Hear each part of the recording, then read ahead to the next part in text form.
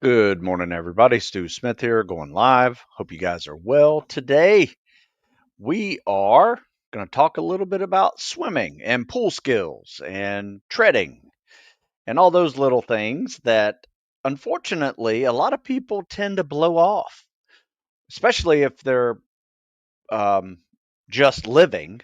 I've always said that you are going to be ineffective on 75% of this earth if you cannot swim. Now, that also holds true for being in military service or law enforcement firefighters, even. Uh, there will be emergency situations where swimming is going to be needed, or helping someone who can't swim is going to be needed. And your ability to at least tread or swim doesn't have to be competitive swimming level, it just needs to be competent, can be the difference between life and death for yourself or someone you're trying to help. So be an asset, don't be a liability when you walk past water. That's where you want to be. So, what is swimming, treading, and pool skills? Well, if you're preparing for jobs like rescue swimmer, diver, whether that's combat diver or salvage diver, or your job requires you to be in or near water, be an asset, know how to swim, know the basics.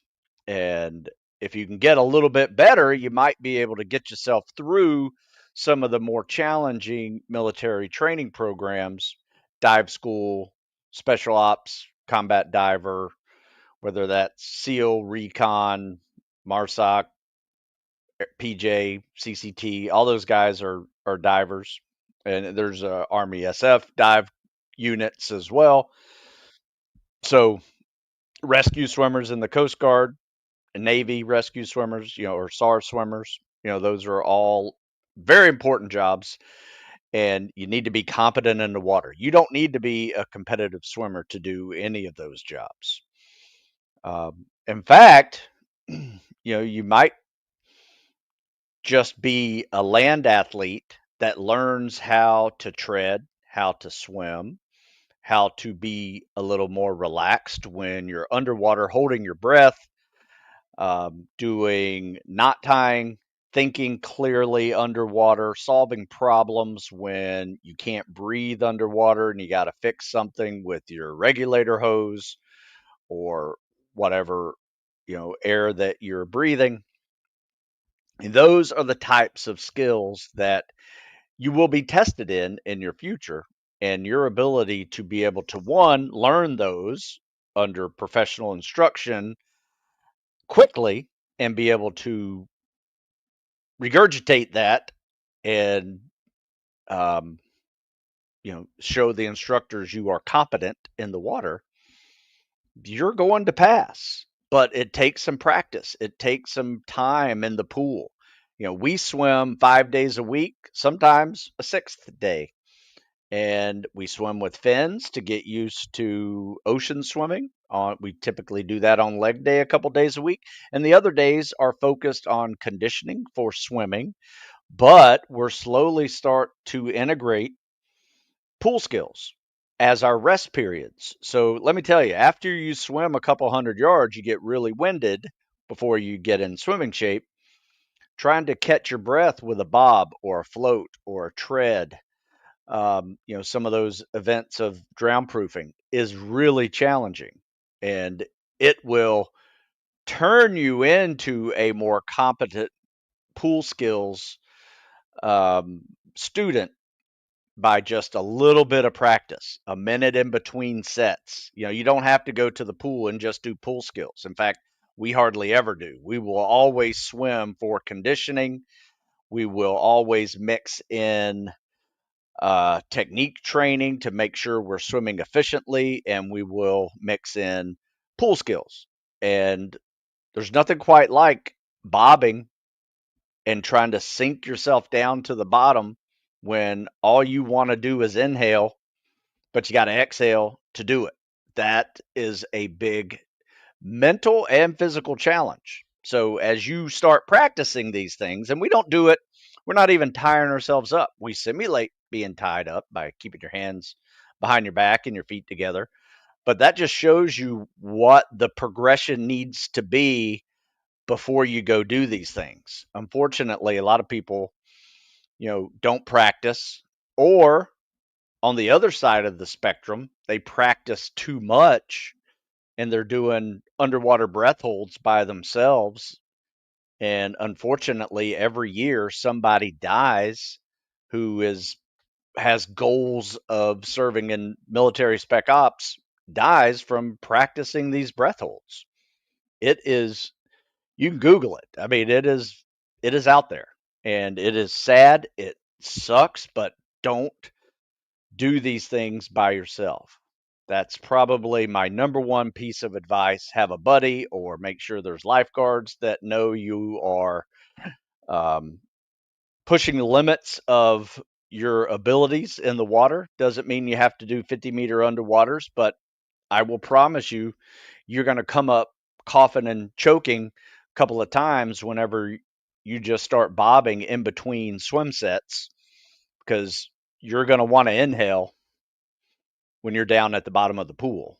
And if you can't get back up before it's time to inhale, you're probably going to cough when you get back up. Those are little things you need to learn. Those are little things you need to work through, but don't do it by yourself. That is probably the most important piece of advice here. And you can all become competent in the water. You just got to practice. Watch some of these techniques, learn some of these drills. In fact, one of my favorite ones to do, in fact, I'm going to put it in the comment section here, this link. And once again, this is a free article workout. It's in most of my Spec Ops level books that require swimming. And it's just a drown proof workout. And the way we do it is we simulate hands behind our back, feet together, and then we start bobbing.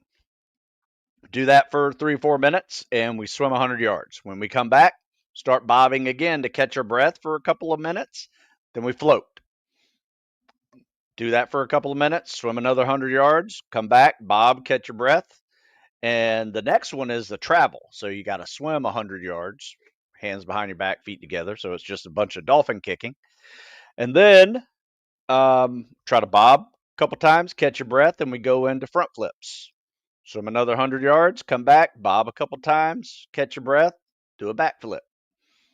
And you just treat the bottom like a trampoline. Do a backflip. You might have to do some dolphin kicks in the middle. And then you come back last time, take your mask off, put it on the bottom, and you got to pick it up with your teeth.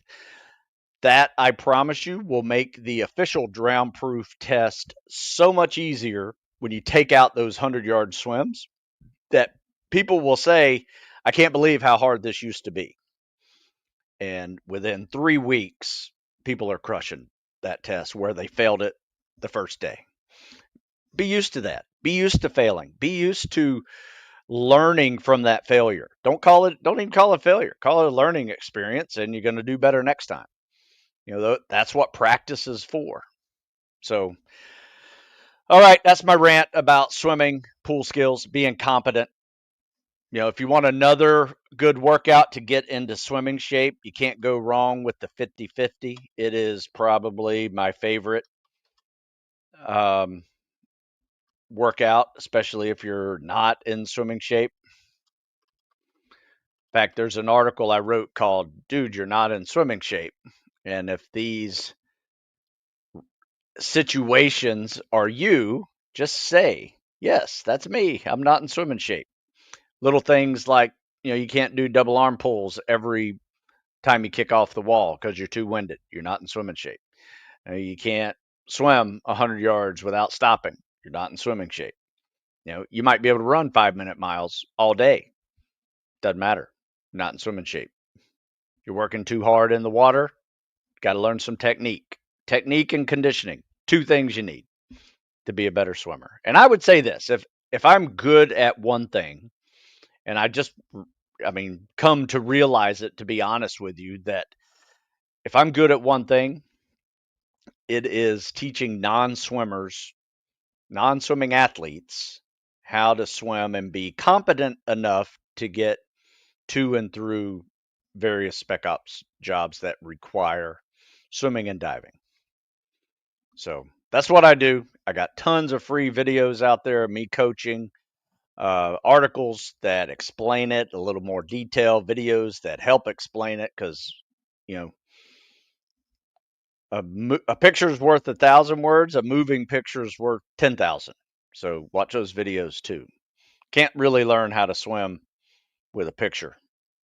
Got to watch some videos and apply it to yourself, and then film yourself and compare it to some of these really good videos that I share. In fact, I'll share some here in a few minutes, and um, we can go over some of these techniques. But before, I'll take a couple of questions, and then we'll just go and show all the videos I have. I think I have 4 or 5, and take questions after that as well. So here we go. Looks like Todd says, I've always wondered, you've been training for over 25 years. Has there ever been a moment where you've been burnt out? If so, how did you deal with it and bounce back? Good question. Yeah, I would say there have been times when I have been tired, burnt out, um, overtrained, and just needed some time to recover. Usually, what I do, or even sick, sometimes you get sick and you're just like, you just got nothing. I put all those in the same situation. They're very similar because what I do is when I am feeling that way is I go to my now favorite workout. I created it 11 years ago when I was 45 years old, and it's called Mobility Day. It is life changing. When you have a bad day, you don't feel well. Like some reason I woke up at 3 o'clock this morning, couldn't go back to sleep. So I just started doing stuff. So I know I'm going to be tired later on. I had a good workout today. Tomorrow's my mobility day. I'm looking forward to that. I need it. I know I'm going to need it. So I throw in a mobility day. Sometimes I'd say in the last 11 years, probably twice, and that's pretty good. Only twice I've done a whole week of mobility days. Now, those came in 2 situations. One, I had bronchitis and it hurt to like get my heart rate up and breathe too hard. So had bronchitis, but didn't put me down. I just had to go easy and just stretch and foam roll and do some real light cardio. Then the other time was I was just burnt. And usually it happens one of 2 places. Usually in the winter lift cycle where we're really going heavy. Like a couple of years ago, I went really heavy chasing some old 1 rep maxes, which was a lot of fun. Competing with some of the guys, which, I'm 25 years older than these dudes. Kind of sucks, but it was nice being able to compete with them, beat them, some of them. Um, whether that was body weight bench or 225 for max reps or 1 rep max, trying to get close back over 300 again. Bench pressing, 400 on deadlift and squats, so there were some times when going super heavy again really burned me out. And it's completely central nervous system tired, needed some recovery time, took a week off and just did mobility days. Actually came back stronger after that. That was a nice little lesson learned. And then the other one was a summer training program and just didn't really catch up. We talked a little bit about it. Like it's so hot, so humid. Um, just felt like my legs were dragging, like wanting to cramp up. Like every time I bent over, tied my shoe, I would cramp up. So I knew I was missing out on some hydration. So I actually spent like 2 days and forced myself not to sweat, rehydrate, re-electrolyte, just did mobility days for a couple of days. And that helped me. But I've always done something. I haven't done nothing unless I was really sick. Um, and I've only been really sick maybe once, or I had surgery. That's going to put a put you in timeout for a little bit. But really, it's I still do stuff even when I'm burned out. Try to sleep more, try to eat better, hydrate more, electrolytes if that's the case, and just keep doing something. Keep waking up. Don't lose that habit. That's I think I'm probably scared the most of losing a habit of not showing up and working out. It's just something that, you take a few weeks off and it's hard to get back in that habit. I don't want to be there. So make it part of a habit, make it part of your discipline, and it's a daily dose of discipline. Even when you don't feel like it, becomes a dose of mental toughness. So there you go. Let's see. How do you know when you need a mobility rest day and you're not just lazy wanting to skip the training? That's a good question, Harry. You know the difference because here's how I tell the difference. I actually put myself through my normal workout. And if my normal workout doesn't snap me, or my normal warm up of a workout, my normal warm up doesn't snap me out of that funk, which 9 times out of 10 it does. Like I'll wake up and not want to go do something, but I go do it anyway. And that warm up 10 minutes changes everything. I mean, completely changes everything. I'm there, I'm wide awake. I'm no longer, worrying about, do I want to stay in bed? It's not even an option. However, if there's a time when I'm like still at, 10 minutes into that warm up and still just like feeling not good, that's when you know. So give yourself a warm up. If you're still, you know, bitching and moaning about the workout, you know, maybe it is lazy. I don't know. I prefer to get it done because I know I will always feel better when I get it done versus skipping it. And once you learn that, I think you never go back unless you're really not paying attention. And you're really not serious, if that makes any sense. All right, a couple more questions.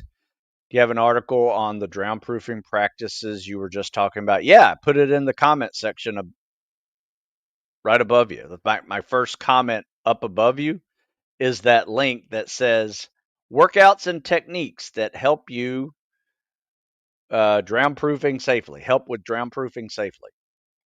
See that article? It's right there. I just put the link in for you. Hey, Sue, I did a PST a few hours ago. I failed to swim horribly, although I've got the stroke down, but I gas out quickly. Do you have any tips? Yeah, get in better swimming shape. That's all I can tell you. Or there's a technique issue. And I hope that wasn't an official PST because I tell people all the time don't even talk to recruiters. Don't take official PSTs if you can't crush that PST your first time. Because if you do, guess what? Nobody's going to take you seriously. And now they got to teach you how to swim, which is fine. That's part of their job. But, they're going to take you real seriously and call you back if you go in there and crush that PST your first time you take it for real. That's why you should be taking it before you take it for real multiple times. So, yeah, read those 2 articles I just put in. Dude, you're not in swimming shape. And that'll get you to where you need to be on the PST. There's a 50-50 swim workout in there that's perfect.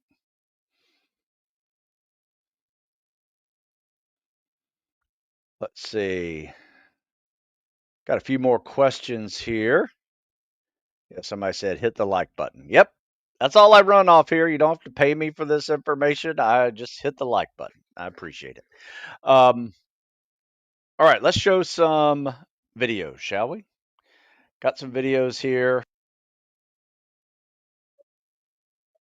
Wrong that I have seen people do like this many times.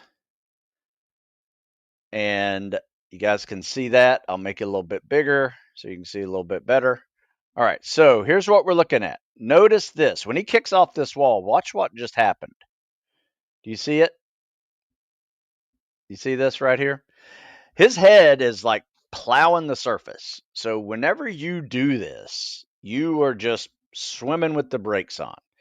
So if you can get underwater 6, 8 inches, that's going to make you shoot off that wall, and versus just having all this surface tension slowing you down. So that's the first problem here.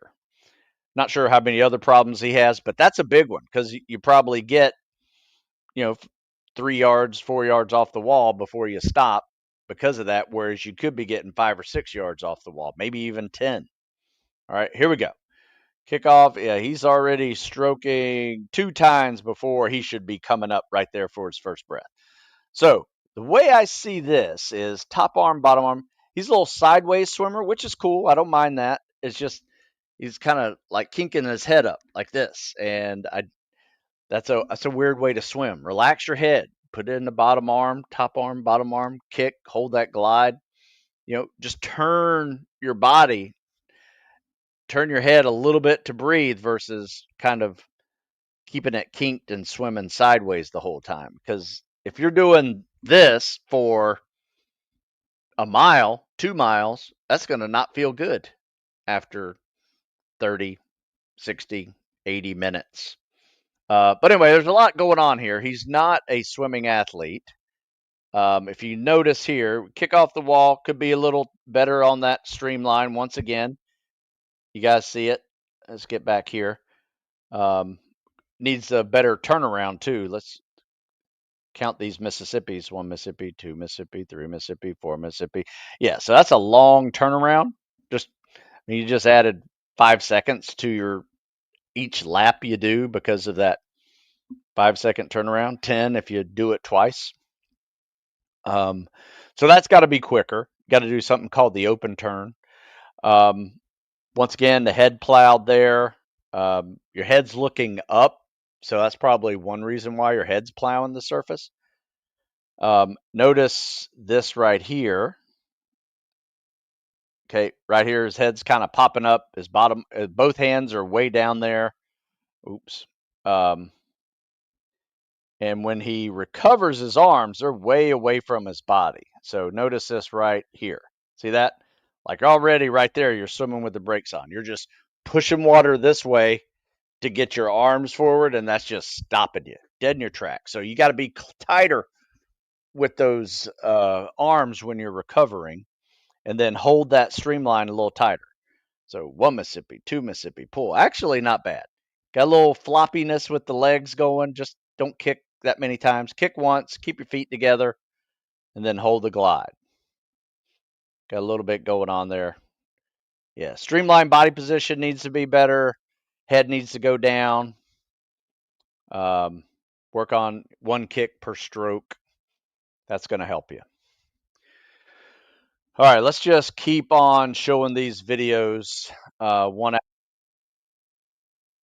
I can show you what to do off that wall, especially. 1 Mississippi, 2 Mississippi. All right, let's see what we got here. We have kick off the wall, not bad. There you go. Notice Good he's kickoff, double arm nice pull, and easy. nice top arm. Top arm, yeah. Could see that first breath right there by that 1 yellow Mississippi, marker. I like 1 that. Mississippi, 2 Mississippi. Pull, Top good. arm, bottom arm, 1 kick, Mississippi, hold the 2 glide. Mississippi. Yeah, Pull, see, too he's a much. little tighter with that streamline. See, you A little faster. can see it's not, Glide. arms bent. It comes go. with a purpose. Like he's trying to look like a torpedo in the water and not a plow. Notice that. That's big right there. Notice that. That right there. All underwater, head down, biceps on his ears, kicking off the wall, just taking good advantage of that wall. Adds a little double arm pull. That's cool if you want to do that. I have no problem. 1 Mississippi, Looks like 2 he Mississippi. switches Pull. sides, so he's on his strong side, weak side. I can't really tell the difference, so that's good. Top arm, bottom arm, 1 kick. Mississippi, Yeah, 2 this is good. Mississippi. Pull. I don't have any problem with this. That's 48 seconds, so you do that 9 more times. There you go. Good kickoff, double arm pull, 8-minute nice swim. top arm, bottom arm. So Kick. can't beat that, huh? 1 Mississippi. All right, let's see. I mean, you can beat it, but 1 Mississippi, 2 Mississippi. let's see. Let me see where my other one is. You guys can see this. Oop, let me get that volume down. I think I might have screwed that up last time. Sorry. All right, so what we got here? We got a kick off the wall, comes up, no double arm pull. That's okay. It's a little bit short on that. Probably could kick off a little longer, but that's okay. Not a whole lot of strokes here. 1 Mississippi, 2 Mississippi pull. I like it. He's kicking on his side. He rolls over a little bit, grabs better water with that top arm pull. Yeah, this is smooth. Not bad. I only did 25 yards with him, but that was a 25 yards in 25 seconds. So he's flirting with the 8:30s right now with his swim. Looks like it. So top arm, bottom arm. Yep, keeps his top arm in the water. Not bad. All right, let's see here. What else I got?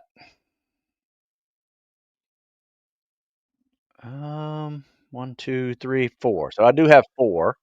So I'll show one more and then I'll just stick to answering questions from you guys. And volume down. Let's see what we got here. Okay. Kick off the wall. That's a good streamline. I like that. Too many little flutter kicks there, but all right. So we got top arm, bottom arm. Okay. So the little timing thing here that is okay, but I think you could make this a little bit cleaner by just turning your head with the top arm. It's like turn your head with the top arm, turn, breathe, kick, and glide. If you notice, like you've already pulled this top arm, your face should be out of the water now. I mean, it's close to the surface, maybe a second or two behind, but that little second or two behind before you start pulling and breathing is an awkward pause to the stroke that doesn't help your speed. So, and then notice when you breathe, you got to like turn your head real quick to do it while you're doing your bottom arm pull. So you're doing kind of 3 things at once. You're turning your head, you're doing the bottom arm pull, and you're breathing all at the same time when you could have turned with the top arm and just breathed with the bottom arm. So instead of there's 4 things you got to do whenever you're trying to breathe in the CSS. You got to pull the top arm, you got to turn your head, you got to pull the bottom arm, and you have to breathe. Now, you have a choice of doing it 2 and 2, top arm turn, bottom arm breathe, or you can go 3 or 1 and 3. I find the 1 and 3 option is just a little awkward and it causes a weird pause in the stroke. And that's what you're seeing right here. And this is my preference, and this is a very nitpicky thing. I know it, but it really works to clean up a stroke. That's a good kickoff. I like the streamline, solid, good kick. Oh, could hold the glide a little longer. 1 Mississippi, 2 Mississippi pull. Top arm, bottom arm. Yeah, see how like that top arm turns, then he turns with the after the stroke is already done. It's just awkward. But I will say that's 49 seconds, so not horrible. So I think that's the 4 videos I have.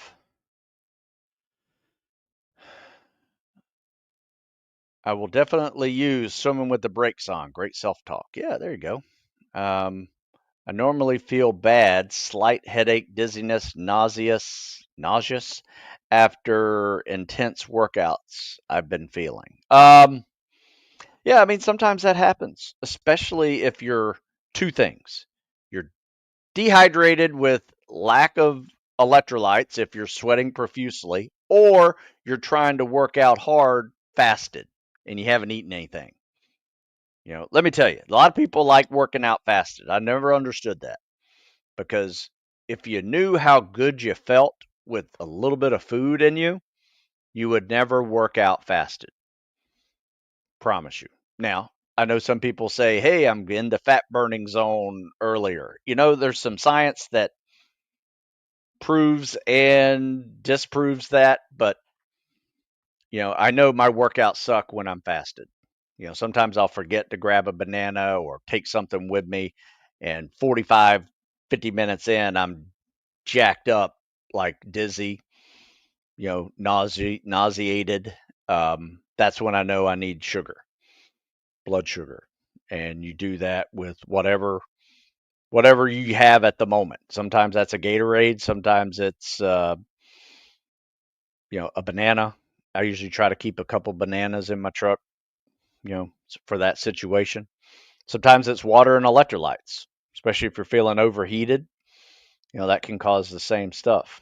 So for you, my advice is watch your fuel.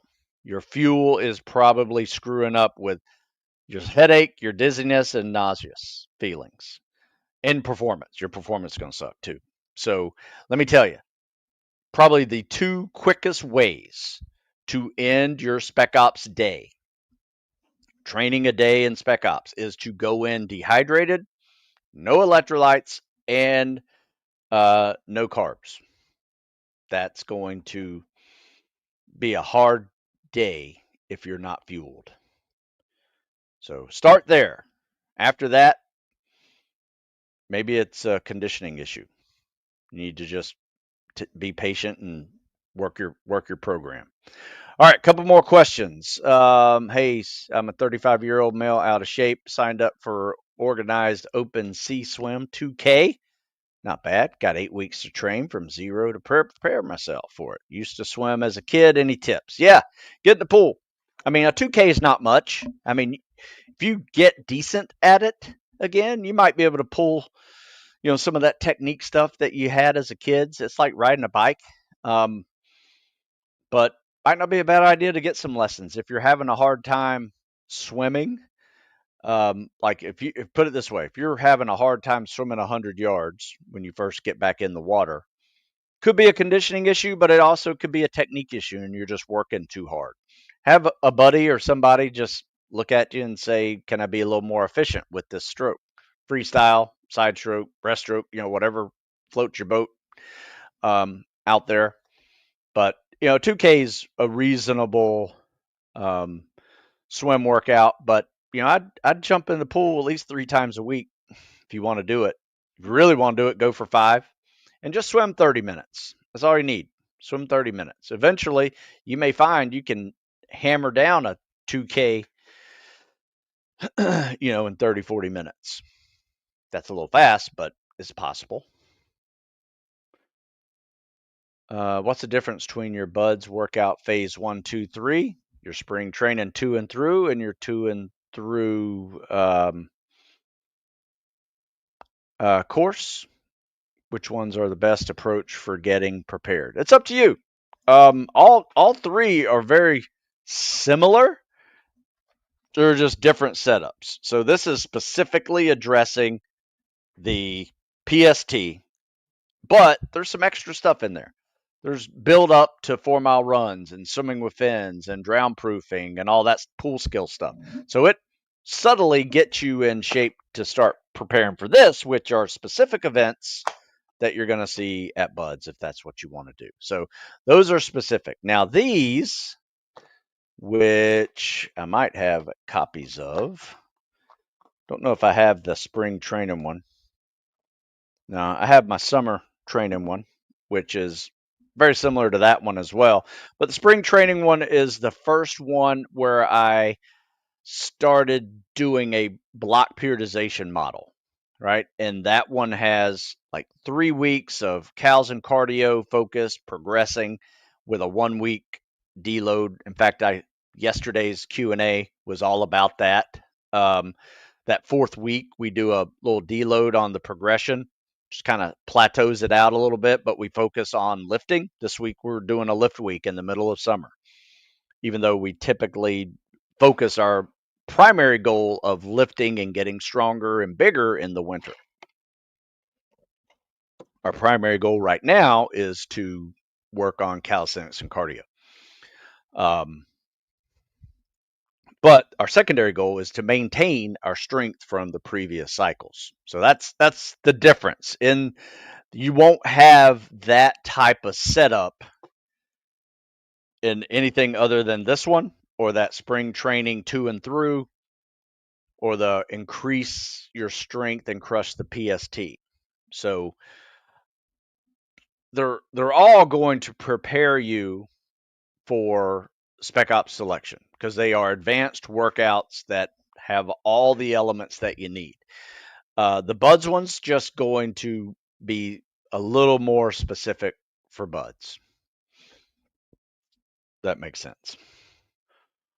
Weighted versus body weight pull-ups for swimming, which one has more carryover? Are more pull-ups always better, assuming technique is okay? We do both, we do multiple grips with both. I don't know which one would have more carryover, personally. I mean, pull-ups are great, but it's not the same thing as pulling in the water. Because when you pull in the water, you don't lead with your elbows like you do a pull-up. You actually are grabbing water like this and pushing it down, whether you're doing a single arm, like freestyle catch, or you're doing a double arm pull, right? And, doing a breaststroke pull out type thing. So, yeah, there's some lats involved, but there's also some triceps, with the push of that swim stroke. So I would say, though I hate to say this because I don't see any use in doing muscle ups, a freestyle stroke or a breaststroke pull up is more has more to do with like a muscle up than it does a pull up, because it is a pull up and a kind of like a push down all thrown into one. So if you got a pull down machine, you do a pull down and then you do a push down. That's close to a breaststroke pull out as you can get with weights. So, but do them all. Let's see, not holding the glide that long either. I'm not sure what you're saying there, Jason. Free advice and answers, at least like, join, and subscribe. Hey, I appreciate you being my advertising coach over there. When swimming with camis, would you recommend swimming 50-50 or a strip swim? I've always noticed my 500-yard slick is a sub 11. Swimming in camis really helps focus on technique. Well, first of all, I think your 500-yard swim with just a bathing suit on should be under 9 minutes. So that's a level of conditioning and effort in the pool that needs to be improved. Now, with camis, that's okay too. We usually try to get it up into the 12, maybe 13-minute mark. Not sure what the minimum standards are. Once again, I don't know what the minimum standards are because we never shoot for minimum standards. But usually it's going to slow you down with camis and make you just a little more tired uh, by at least 50%, maybe. So if you could do a 9-minute swim, it's going to take you maybe 4.5 minutes longer to do a 500 with camis. That seems to be a normal process. Do you have to switch sides for the PST? You don't have to. Some people do. Um, every now and then, you may get a curveball thrown at you by the person who's grading you, and they're going to be at the side of the pool, and they're going to say, you have to be facing me the entire time. That means you're going to swim one way, you're going to swim back the other way facing him, so you got to change sides. I've only seen that a few times, but it's one of those curveballs where, they say, hey, you can't wear goggles.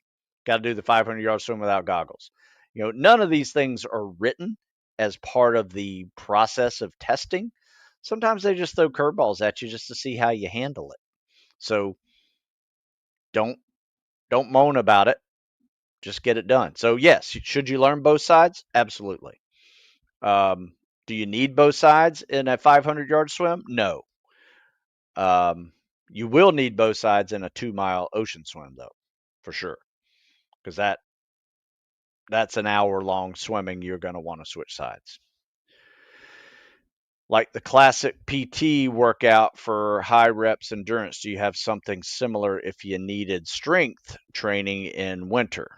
Um, I mean, when we do strength, it typically has to do with one of two things: a heavier weight vest to where you can only do 4 or 5 reps on the pull-up bar, or we're actually using barbells and bench press and um, overhead press, rows, heavy rows, you know, for strength. But I don't have anything like the classic PT. If you want to get stronger, my advice is this: go heavy and have a rep range of under 5 or under. So that means 3 to 4 sets of anything under 5 reps, 5 reps or under. That's going to make you strong. Um, you can probably get up to 6 or 7 and still be getting stronger. Just once you get over 8, and that's going to start building a little more stamina, but it will also put on some muscle mass. So there you go. That's kind of the process of rep ranges. Stu, what drills do you recommend to improve CSS form and efficiency? I mean, I would say the 50-50 swim workout's great because you practice a freestyle hard, get winded, and then it forces you to practice the CSS tired, and you try to catch your breath during that next set of CSS. So 50-50 is 50 free, 50 CSS. It's a great combo, and then minimal rest in between the next set. So that means you can either rest with a drown proof activity, or you can just rest with like 2 to 3 breaths and you got to go again. Um, that's what most people find is very helpful. However, if there's a technique issue, sometimes technique needs to be worked on first before you do too many 50-50 drills, because you're just kind of reinforcing bad technique if it's taking you 15 strokes to get across the pool. So my advice is this: focus on getting across the pool in as few strokes as possible and fast. So that means a yard per second is the typical goal that I try to have people swim. That'll give them 500 yards, 500 seconds. That's an 8:20. Let's say you get off a little bit of that pace. You're still under 9, 8:30 to 8:45. Great swim time. Don't need to be better than that. That's fine. Do it so where it's easy, right? That you could probably do a 7:30 if you wanted to, but why do it? You got 4 other events after that swim. Let's be smart and take the test and be good at everything. Versus great at the first event and suck at all the remaining events, which I've seen countless people do. But try to get over that pool in a yard per second, down and back, and try to do it in as few strokes as possible. So typically we try to get people down to 5 or 6 strokes per length of the pool. And we count the pull out too as a stroke. I missed your live on the new ASFF pipeline changes. What are your thoughts on it? You can go see it. It's over on my YouTube channel. I mean, my thoughts on it: changes happen. Is it better or worse? We don't know. Um, I would say if you're going to be in Air Force Special Warfare, eventually you're going to get to a diving. If your job requires diving, you're going to need pool skills. So this thing right here isn't changing. Now, you might have a land-based selection at first, but eventually you're going to want to have had practice countless times drown proofing and snorkel buddy breathing and all those little drills that you're going to see again. Underwater swims. You're going to need to do that. You're going to need to practice it. Otherwise, you're not going to do the job that requires diving, and probably will be doing a different job within Air Force Special Warfare that doesn't require diving. So I don't know. Maybe it shortens the pipeline, which I know there's a lot of dead time in the pipeline, a month here, a month there, several weeks here in between schools. Maybe it shortens it. Maybe it costs less money. There's a whole lot of issues that we all have. Um, when training occurs, yes, you want a top-notch product at the end, but it also needs to make sense. Is it support the mission that you do? Is it cost effective? Things like that. So we'll see. But yeah, check it out. Very similar to what I stated at the beginning of this video. I always state, if you're not a good swimmer, which you need to be, you're ineffective on 75% of this earth. Just a truth fact. Let's see. Evan says, how long does it generally take to tread water well if I'm shipping out in December? Well, you need to learn how to do it. Once you learn how to do it, it pretty much clicks itself in. Then you got to get in a little bit of treading shape. But just like you've spent time getting in swimming shape, you need to get in treading shape. You might be able to only do hands out of the water for 30 seconds at first, but with a little bit of practice. And here's what we do. Every swim day that we have, 5 days a week, we either start with a 500-yard swim or a 10-minute tread.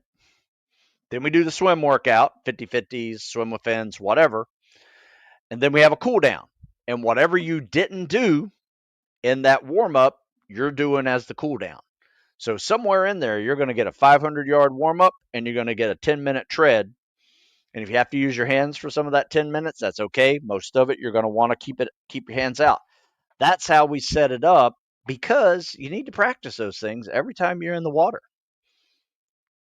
And it's just a foolproof way to make sure you're not skipping out on things you need to do. Because everybody goes into these selections. Well, I shouldn't say everybody. Most of the attrition rate goes into these selections like saying, oh, yeah, treading, that's easy. Well, you probably either didn't really do it, or you're a little chunky and you're not treading, you're floating. And then when you put some weight on, you're probably going to sink because you don't know how to tread. You just know how to float. So make sure you know the difference between treading and floating. All right, looks like I have answered all these questions. It's been about 50 minutes. I appreciate your time. I'm probably going to do another one here. Not sure when, but it's going to be later in the day, maybe in the evening, early evening, depending on what time zone you're in. And it'll be part of my new video series I'm coming up with called the Never Quit Mindset. And we're going to talk about the Never Quit Mindset. It's a great one. So whatever you're going to do in life, you need to have a never quit mindset, military or not. It'll help you with your goals, I promise you. All right, guys, I got to go. I appreciate your time. I'll be back later on this week. If you want to catch up with that, I'll go live with it. So look for me on Instagram when I go live, or subscribe over here at YouTube, and you'll get a notification that I'm live. So maybe that'll help. All right, guys, got to go. You guys have a good one. See you later.